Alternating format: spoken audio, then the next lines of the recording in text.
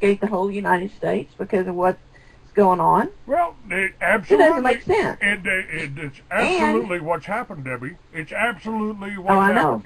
And I've been in this. I've been in this. I've been in the paraphernalia industry a lot longer than I was in the Patriot movement. Hmm.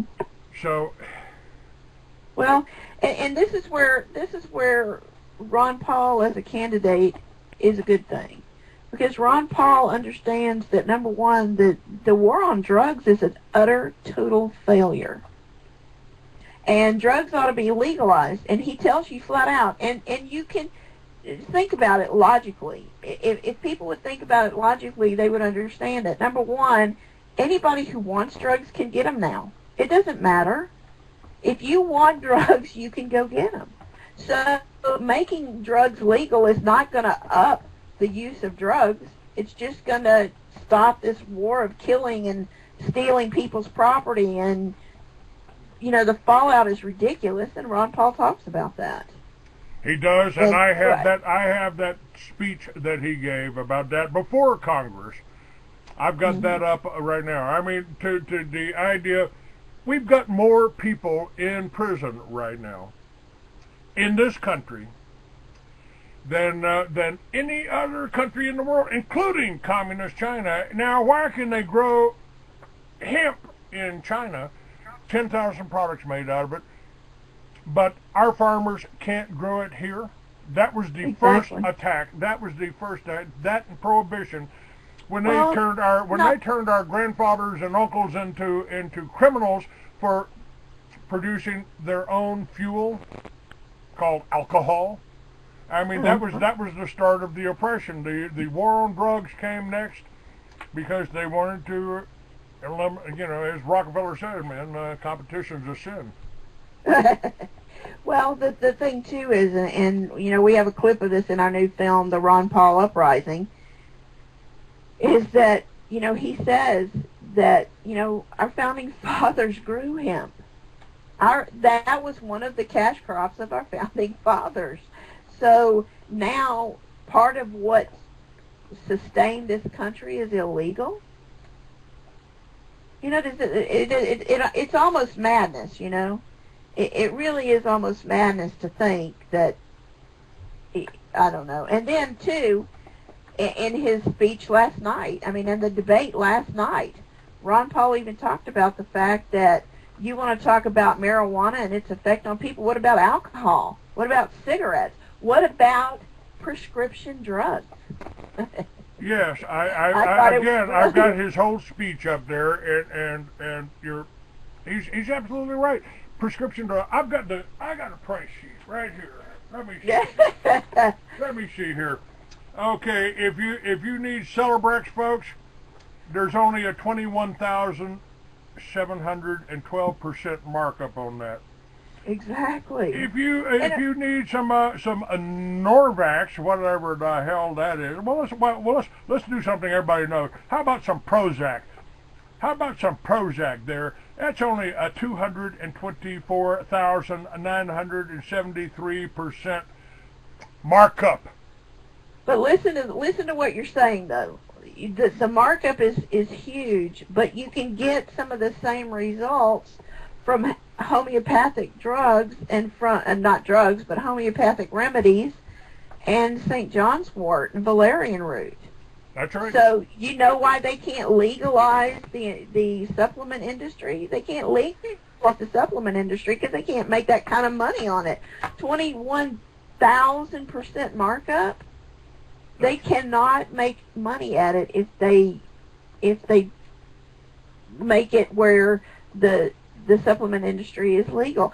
And Ron Paul again, Ron Paul is the only one talking about legitimizing the alternative medicine industry so that we are free to choose our own health practices. Well, it's interesting. I thought I was kind of jazzed, when Arizona voted in medical marijuana. And I honestly believe that's a good start. It's a way to start, but it's just a start. It's just a start. And I thought, wow, You know, for the first time in 40 years, I may not be a criminal. Wow! You know, hey, I'm all excited about it. But guess what, Debbie? You're still a criminal. Yeah, No, I'm still, yeah. Oh no, you're right. I'm still a criminal here because, and of course, because wait a minute. Here's the catch-22 on the whole thing. I can't get a prescription, even if I wanted to pay a doctor for something I can grow in my backyard. I gotta pay a doctor permission so the government won't come in and raid my backyard and take the weed out of my backyard. Wait a minute. Let's see.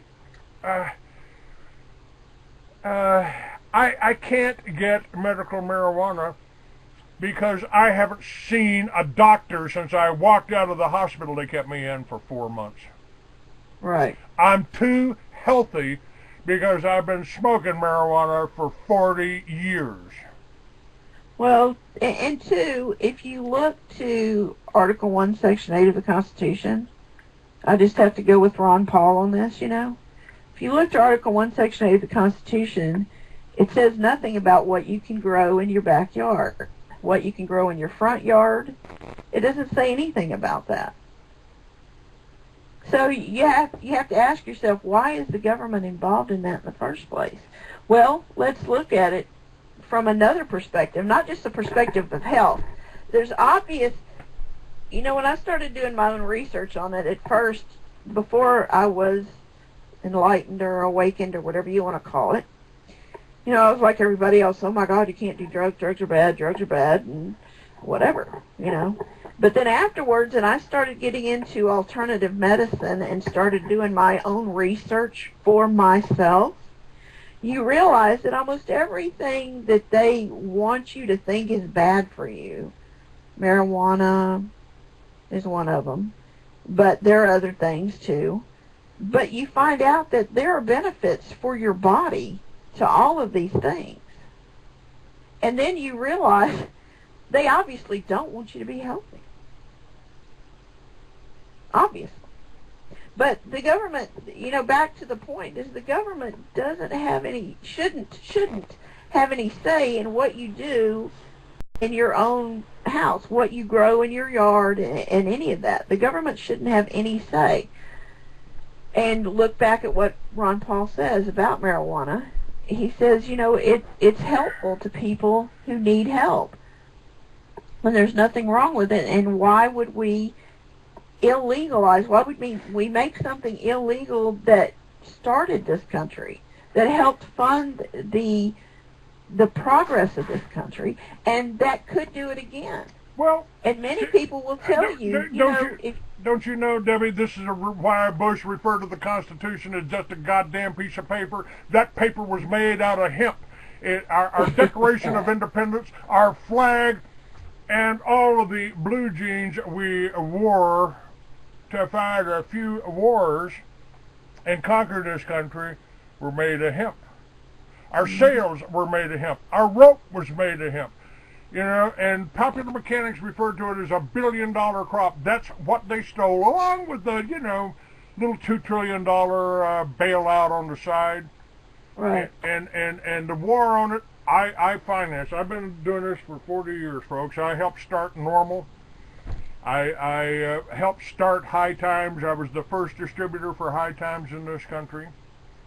And I wrote a book about what this country and this world would be like if the laws against victimless crimes, if the laws created without a corpus delicti, if there's no corpus delicti, there's no crime. Right. I wrote a book about it 40 years ago. I'm just revising that. It'll be out next year. But you have to ask yourself too, if it's a victimless crime, how is it a crime? You know, that in and of itself, people ought to say, wait a minute, that doesn't make sense. You know? But that's beside the point. Well, it is the point. It is the point. The war on drugs is a war on the American people. The war on terror is a war against anyone, anywhere in the world, including America. If you're against one world government of the banksters, by the banksters, and for the banksters. Correct. And of course, you know, this is something that Ron Paul has pointed out many times too. This war, the war on terror specifically, is a war against ourselves. He made a speech to that effect on the House floor. Incredible. This is a war against ourselves. And we have a clip of it in our film, the Ron Paul uprising. You know, you should take some clips out of my True Face of FEMA. I filmed the first Homeland Security meeting, and Colonel John Brinkerhoff was lecturing law enforcement in Albuquerque at Sandia Labs on Kirtland Air Force Base, and we got in and filmed it. And he says we're in for a war. We're in a war. It's going to be a long war. It may be longer than the Cold War. Oh, good Lord. And the enemy is weak.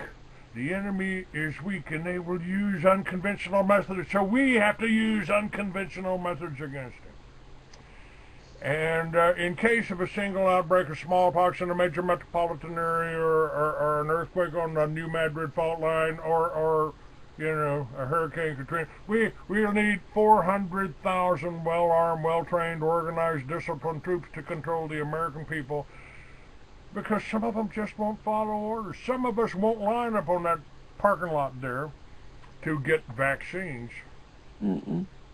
And that's who he's talking about. And the enemy he's talking about, I believe, is exactly what Ron Paul's saying. It's the American people. Yep. Well, it is American people that will not think for themselves, will not look at the actual facts and deduce properly from the actual facts. All they're doing is blindly following what somebody else told them, instead of actually looking at what's going on and seeing the problems that exist for themselves. And that is a problem. That's a definite problem. Now, I've had people messaging me and emailing me constantly, asking me, what in the world do you see in Ron Paul? Ron Paul is, nothing he says makes sense. And I'm thinking to myself, you cannot be listening to the same Ron Paul that I'm listening to. Well, and let's see, I put up the protocols of the Elders of Zion on my site. I've been blocked in libraries because of that. But protocol number 6 says we will use propaganda to conceal the truth by pretending to serve the working classes and principles of the political economy. Our super government will be promoted as protector and benefactor for all those who voluntarily submit to us. Right. And it's not just these agencies operating under the cloak of legitimate government alone that creates a problem for our citizens, our vets and today's true patriots. Those who refuse to submit are subjected to scorn, ridicule, and physical intimidation. Much of that's generated by their propaganda, as I tried to show in the pages of my Mystery Babylon. But the threats and pressure we're under is much more insidious. It comes from our friends, family, and neighbor. The scorn, rejection, and lack of support from our fellow Americans are responsible for the fact that more Vietnam vets have committed suicide here in America than were killed by the Viet Cong. That is a real national tragedy. 18 veterans kill themselves every day. And we're not talking about Vietnam vets now. We're talking about our sons and daughters that came back from Iraq and Afghanistan. Exactly. And what are they trying to do? They're trying to drug them. They're trying to drug them. Oh, you got post-traumatic stress syndrome. You need this Valium. You know, you take a Valium. Exactly. And that's the thing about it, too, is that for 18 years, let me rephrase that. It took 18 years for the government to finally realize, or not realize, but say out loud that, oh, yeah, we might have a Gulf War illness. Well, what does that say to the people that they sent overseas to quote-unquote fight for our freedom? It says that they're expendable because they don't care about them, because it took them 18 years to realize, or not realize, but 18 years to say, yeah, we really do have a Gulf War illness. When these people have been saying it all along, and our government has been pigeonholing them into the post-traumatic stress disorder diagnosis instead of actually helping them. Are you being psychic today? Are you reading over my shoulder? This is the paragraph I have up on my latest article. As I have told my audiences for years, that when a communist regime takes over, they go after three classes of their own citizens almost in order. The farmers first, they don't want you being able to feed yourself. Second is the intelligentsia, anyone smart enough to recognize what they're doing. And then the police or veterans who may still be loyal to the old regime, like the Oath Keepers. They sprayed us with Agent Orange in Vietnam and exposed us to depleted uranium in Iraq because they did not want healthy, combat-hardened vets coming home to the realization that the USA has become a communist country like we were supposed to be fighting overseas. Exactly. And you know something funny about when you mention Agent Orange, I'm sure you're aware of this. You live in a border state. I understand that they're spraying an Agent Orange-like chemical along the border in an attempt to show that they're trying to protect our border by killing all the vegetation so that you can see illegals crossing the border. But they're using an Agent Orange type chemical when they know that Agent Orange is toxic.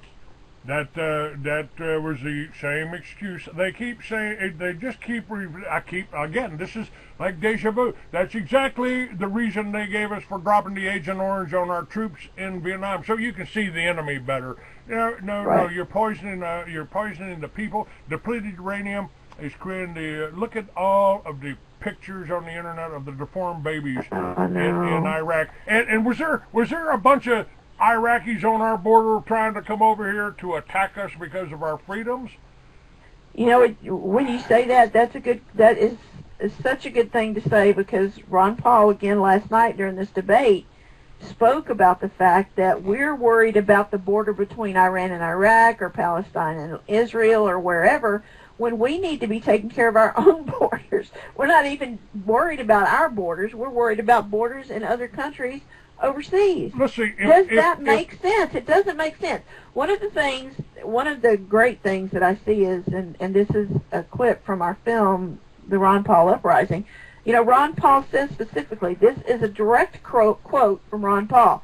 Why are we in Korea? We've been there since I've been in high school. Why are we in Japan? We've been there since World War II. Why are we in Germany, subsidizing their welfare state by paying for their defense by staying in Germany? Why are we in 5 wars in the Middle East?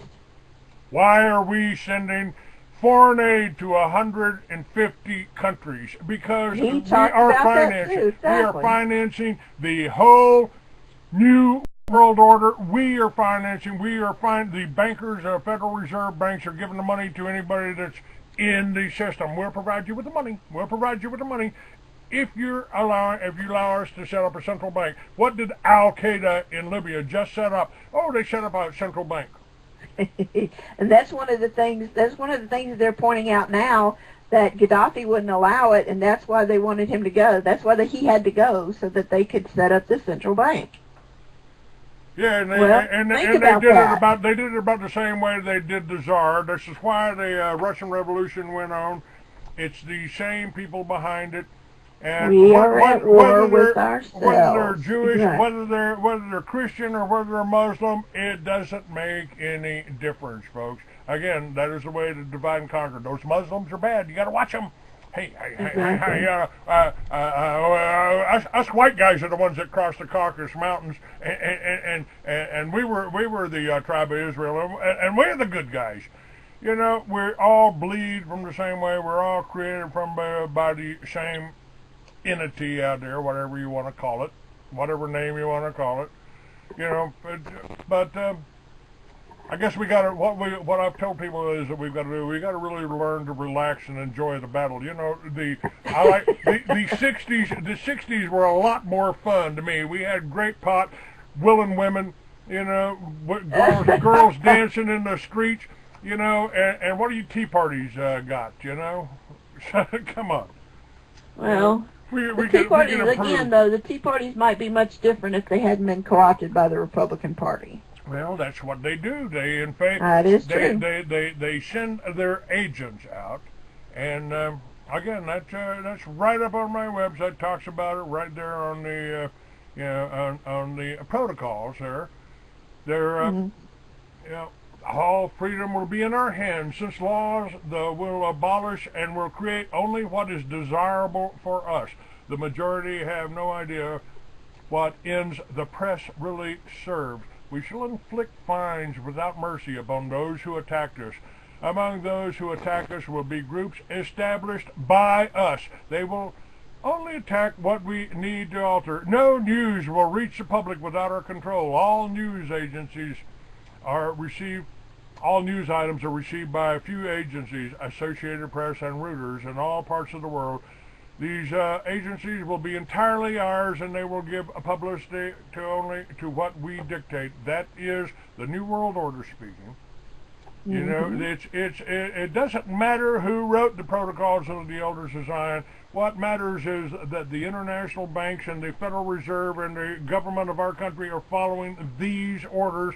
And the people are reading these agencies and reading this news, and that's why all the militias are bad. All the Muslims are terrorists, and you know. Well, you think about it, and this is one thing that I've heard Ron Paul and others say too about other countries. Let's just say that Russia or China or anybody, think of the biggest enemy you think we have. Let's just say that they have decided that our nation building and warmongering is uncontrollable, and they need to come here and take over, because this country has fallen by the wayside. Well, then you and I are now going to become the insurgents. You and I are now going to become the quote-unquote terrorists, because we're going to defend this country to our death, or I will. You know, I'm sure you will too. That's right. Well, that's you know. Again, so we now become the insurgents. So you're talking about terrorists and insurgents.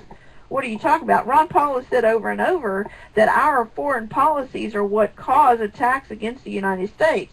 Our nation building, our going into another nation and country, sovereign country, and trying to tell them how to do their business is what's causing this country harm.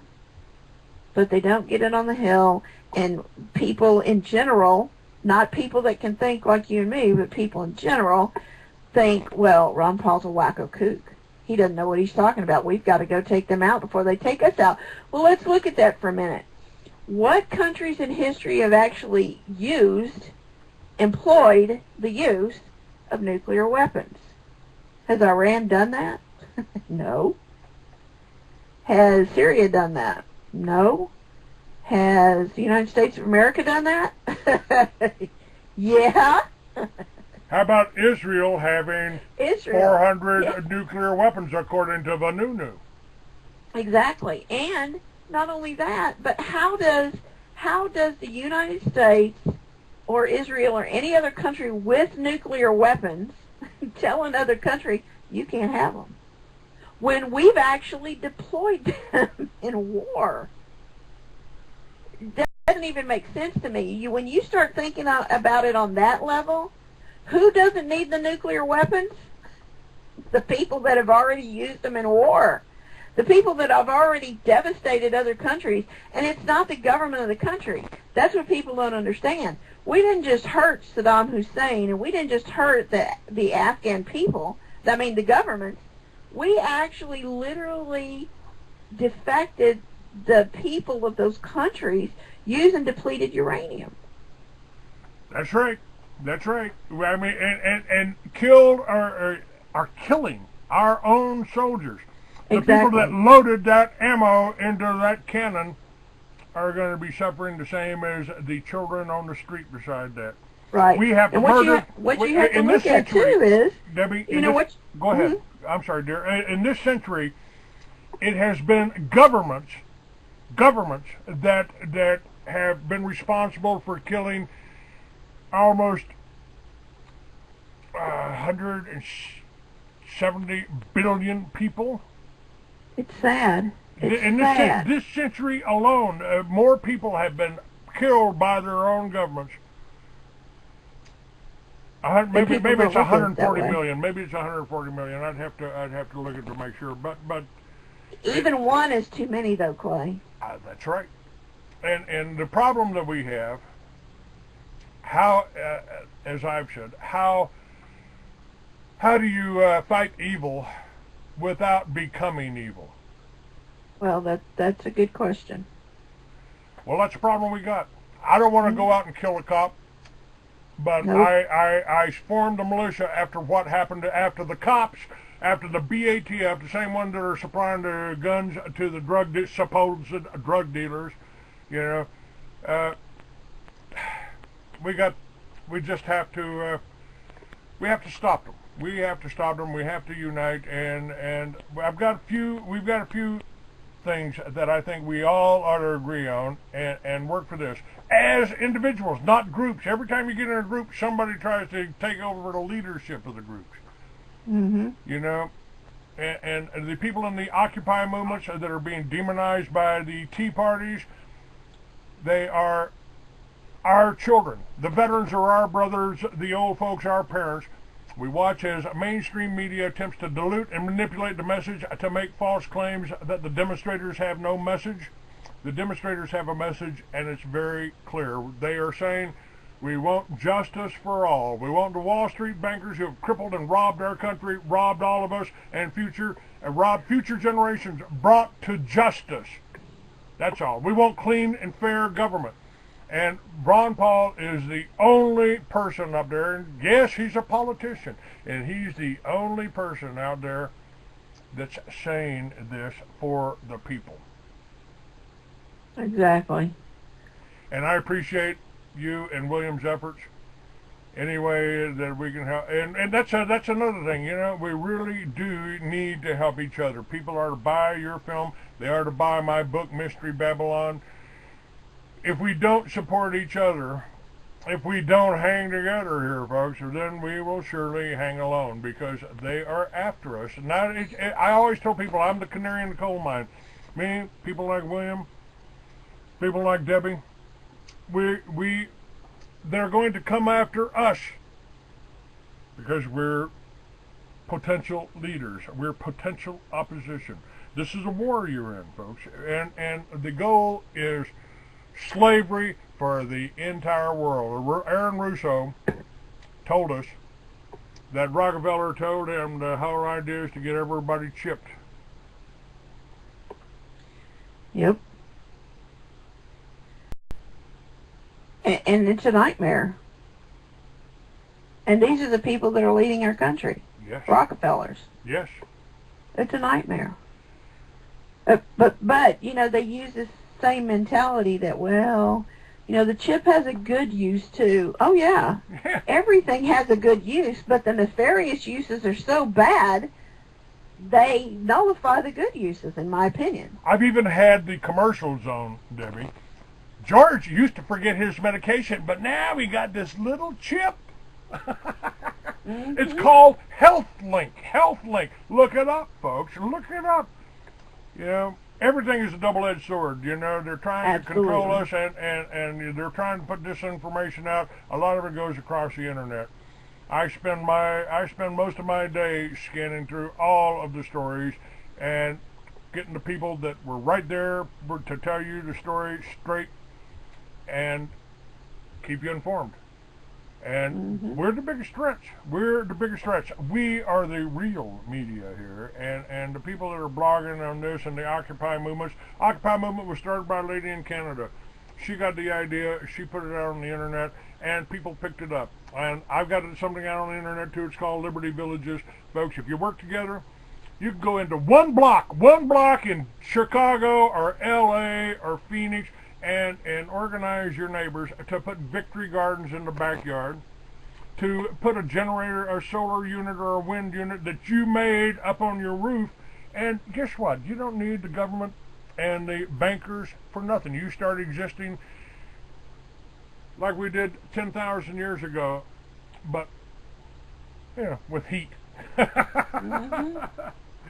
With air conditioning, maybe, you know, or at least with the internet. And we've got the ability to do that if we can figure out that it's really in our interest to quit depending on the bankers, to quit funding the oil companies to start working together and bring back our republic. Our founding fathers gave us a real valuable documents, and they wrote it on hemp paper. Yep. Debbie, thank you Probably wearing clothes that were made out of hemp. That's right.